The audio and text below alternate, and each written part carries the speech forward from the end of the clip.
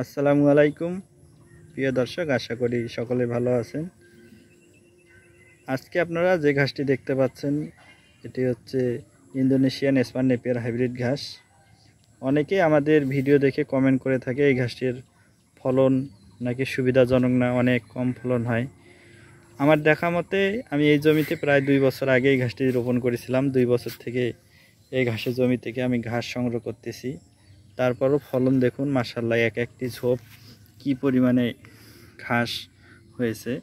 আমার মতে যারা আপনারা সঠিক পরিচর্যা করবেন অবশ্যই এই ঘাসটি থেকে ভালো মাত্রায় ফলন পাবেন। আপনারা দেখতে পাচ্ছেন 2 বছর থেকেও পরেও ঘাসের কীরকম ফলন, পুরো জমি আপনার ঘাস দিয়ে ভরে গেছে। এবং কি আপনারা যদি লক্ষ্য করেন অন্যান্য ঘাসের থেকে এই ঘাসের ছোপা অনেক বড় হয়। প্রায় একটি ঝোপে আপনি কমপক্ষে হলো 50টি গাছ পেয়ে থাকবেন। অবশ্যই এই গাছগুলোর ওজন হয়ে থাকে 10 থেকে 12 কেজি। তাই আপনারা যারা এই ঘাস চাষ করে ভালো ফলন পেতে চান, আমাদের চ্যানেলে এই ঘাস চাষ সম্পর্কে বিস্তারিত তথ্য তুলে ধরা রয়েছে। কিভাবে পরিচর্যা করতে হবে এবং সঠিক মাত্রায় সার প্রয়োগ, সমস্ত কিছু আমাদের চ্যানেলে রয়েছে।